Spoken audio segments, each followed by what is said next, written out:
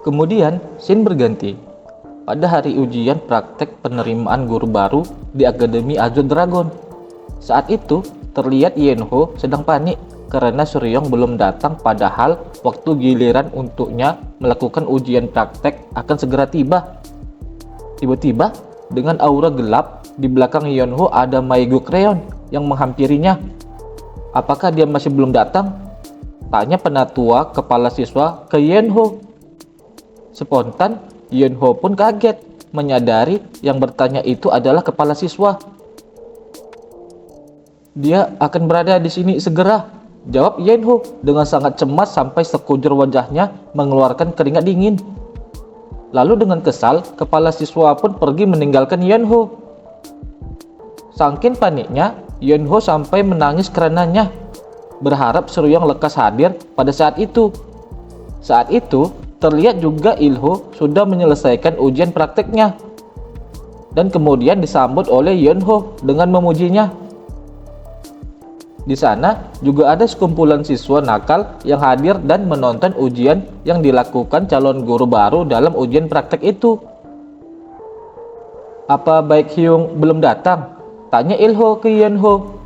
Aku masih belum menerima kabar darinya. Kita dalam masalah, sudah hampir waktunya untuk giliran Baek Hyung. Kepala siswa sudah bertanya sampai 3 kali. Jawab Yeonho ke Ilho dengan ekspresi yang cemas memikirkan keadaan yang dihadapinya. Seketika, Ilho kaget karena melihat kepala siswa tiba-tiba menghampiri mereka. Dia masih belum tiba. Dia benar-benar anak orang itu, saut kesal kepala siswa. Sontak, Ilho dan Yeonho menjadi sangat terkejut, takut karena melihat ekspresi kepala siswa yang sangat marah. Sepertinya aku harus mengecewakan pelamar Baek Suryong. Lanjut ucap kepala siswa ke Yeonho. Mendengar ucapan kepala siswa yang seperti itu, Yeonho berusaha meminta waktu sedikit lagi agar Suryong tidak langsung dikualifikasi. Lalu, Yeonho juga membisikkan sesuatu ke kepala siswa. Aku mengatakan ini demi masa depan Akademi Azure Dragon. Tapi, jika Anda menggagalkan Suryong Hyungnim, dia bilang dia akan membuka akademi baru bernama White Dragon tepat di seberang jalan dan mencuri semua siswa dari sini. Ucap Yeonho membisikkan rencana Suryong ke kepala siswa kalau dia gagal menjadi guru di Akademi Azure Dragon. Mendengar keterangan dari Yeonho tentang niat Suryong kalau dia gagal menjadi guru, kepala siswa meresponnya dengan tersenyum karena ia mengingat tingkah itu seperti ibunya Suryong di masa lalu. Akan tetapi, aku sudah memberinya cukup waktu. Jika dia tidak datang ketika gilirannya, dia akan gagal, terang kepala siswa. Lalu, apakah tidak ada cara untuk mendorong posisinya di ujian? Tanya Ilho ke kepala siswa. Aku akan mengambil istirahat, jawab kepala siswa. Kemudian, terlihat Nam Gongsu dan wakil kepala sekolah menghampiri mereka. Apakah ada masalah di sini? Tanya Nam Gongsu. Menyadari kedatangan Nam Gongsu, Yeonho sedikit kaget karenanya. Pelamar Baek Suryong belum tiba, jawab kepala siswa. Aneh sekali, orang itu tidak memiliki alasan untuk takut atau gugup dalam demonstrasi atau sparring. Jika itu yang terjadi, ini berarti kalau sesuatu yang mendesak telah datang. Jadi mari kita melakukan ini. Bagaimana jika kita dorong posisi Baek Suryong ke posisi terakhir? Ucap lagi Nam Gongsu memberikan sarannya. Jika kita melakukan itu, maka keadilan dari ujian. Seketika, ucapan dari kepala siswa terhenti. Tentu saja, ini hanya akan terjadi jika pelamar yang berada di posisi terakhir saat ini memberikan izin mereka. Saut Nam Gongsu menyela perkataan kepala siswa. Seketika, calon guru urutan terakhir pun menyetujui akan hal itu. Karena ia juga mendengar obrolan yang terjadi di sana. Nam Gongsu dan wakil kepala sekolah pun mendengar persetujuan dari calon guru dengan urutan terakhir itu. Wakil kepala sekolah, saya minta maaf untuk bertindak tanpa bimbingan Anda terlebih dahulu, ucap Nam Gongsu sembari memberi salam hormatnya ke wakil kepala sekolah. Ini baik-baik saja, kepala sekolah juga tidak keberatan, sahut wakil kepala sekolah Wak Chieluo dengan ramah.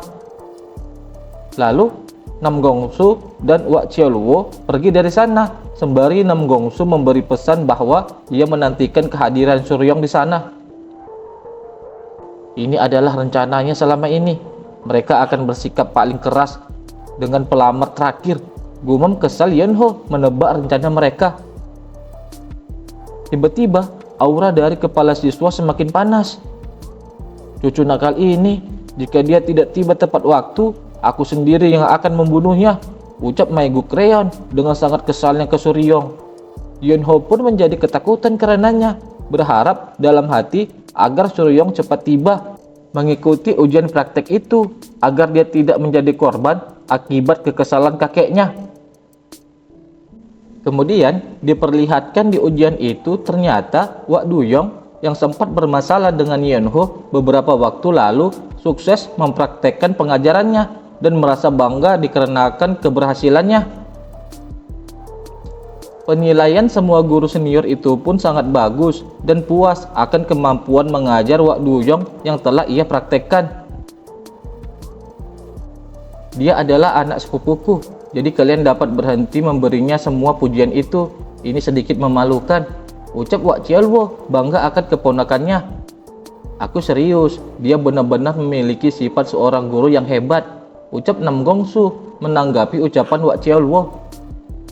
Mereka mengatakan kalau Wak Duyong adalah orang yang baik ketika dia tidak mabuk. Tentu saja itu berarti dia bermasalah saat minum. Apa ada alasan dia tidak bisa berhenti minum? Dia adalah seseorang yang selamat dari pembantaian di Gunung Cheonju, ucap Wak Chieluo menjawab pertanyaan itu. Jangan khawatir, kita harus fokus pada hasilnya, lanjut ucap Wak Chieluo. Ya, pelamar berikutnya adalah, sahut Nam Gongsu sembari membaca urutan calon guru yang akan mengikuti ujian praktek.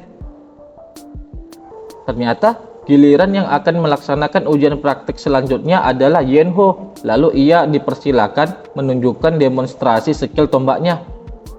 Dengan sigap, Yenho langsung bersiap memasang kuda-kuda. Dengan sangat luar biasa, Yenho memperlihatkan teknik tombaknya. Ia mengayunkan tombaknya dengan sangat fleksibel dan sangat kuat. Guru-guru penilai dan para murid yang melihatnya mengakui bahwa Yenho memang sangat terampil dengan kemampuan bertombaknya. Selanjutnya adalah Baek Suryong. Berpikir dia berani untuk mempromosiku, dasar anak desa, gumam Nam Gongsu, kesal akan perbuatan Suryong yang menantangnya sewaktu wawancara di seleksi awal ujian penerimaan.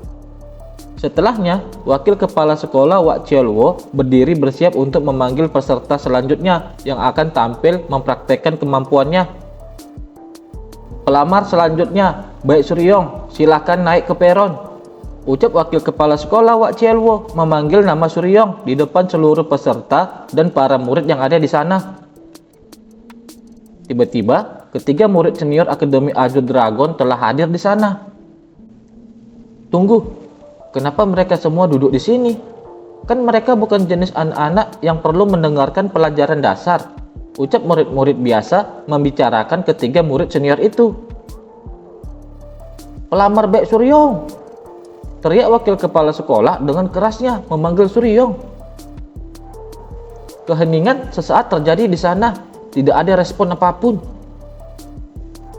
Pada akhirnya dia tidak datang, ucap Wak Chieluo. Dia hanya sebesar ini, sahut Nam Gongsu menanggapi ucapan Wak Chieluo. Tiba-tiba, kepala sekolah No Gunsang menunjuk ke langit. Tunggu, kau lihat itu? Ada sesuatu yang terbang ke sini dari sana. Setelahnya, terlihat di langit kilatan petir yang dahsyat melesat dengan kencang, meluncur tepat ke arah Akademi Azure Dragon yang sedang melaksanakan ujian praktek penerimaan guru baru. Lesatan yang seperti meriam itu pun terlihat hampir mendarat di atas arena.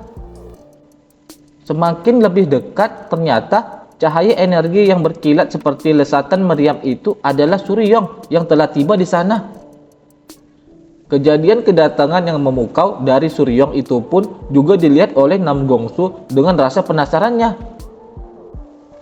Melihat itu adalah Suryong, kepala siswa terlihat terpukau dengan kehadirannya. Begitu juga dengan Yunho dan Ilho yang senang dengan kehadiran Suryong tepat waktu. Dengan sangat luar biasa, Suryong pun mulai mendarat dengan penuh teknik.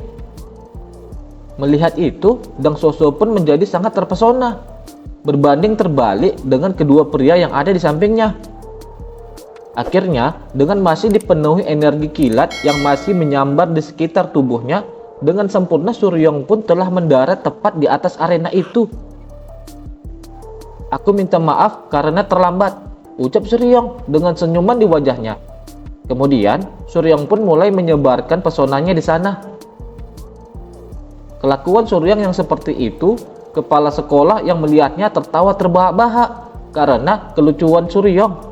Namun, Nam Gongsu sangat terkejut, begitu juga dengan wakil kepala sekolah. "Ini adalah hal paling menyenangkan yang kualami sebagai kepala sekolah.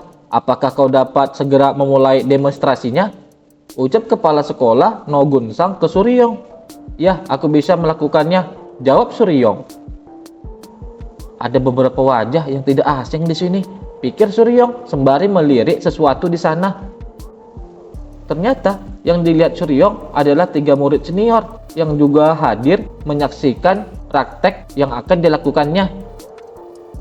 "Sebagai pelajaran eksternal art, aku akan fokus pada keterampilan praktis," ucap Suryong sembari dipandangi oleh Dang Soso dengan tatapan yang terpesona dengan penampilan Suryong. "Karena ini adalah pelajaran pertamaku, aku akan memberikan hadiah untuk meningkatkan suasana hati. Aku akan memberikan 100 nyang kepada siapapun yang mampu membuatku keluar dari luar lingkaran ini hanya dengan menggunakan external art. Tentu saja, aku juga akan menggunakan external art. Jika kalian memaksaku untuk menggunakan internal art, aku juga akan mengaku kalah.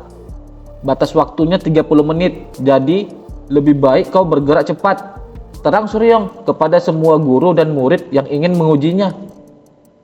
Mendengar itu, Kang mulai menyeringai lebar. Seketika itu juga, Kang melesat dengan sangat cepat menyerang Suryong. Melihat itu, Suryong hanya tersenyum tipis. Dengan sigap, Suryong langsung menangkap lengan Kang yang tadi ingin memukulnya. Lalu, dengan kuat, Suryong langsung membanting Kang. Kang pun akhirnya merasakan bantingan yang dilakukan Suryong padanya. Sembari tersenyum lebar ke arah Kang yang sudah tak sadarkan diri, Suryong juga berkata, "Aku tahu kau akan jadi yang pertama, Heyeonwon Kang. Sekarang kita tak punya banyak waktu, jadi mari kita mulai," lanjut ucap Suryong sembari mengacungkan senjatanya.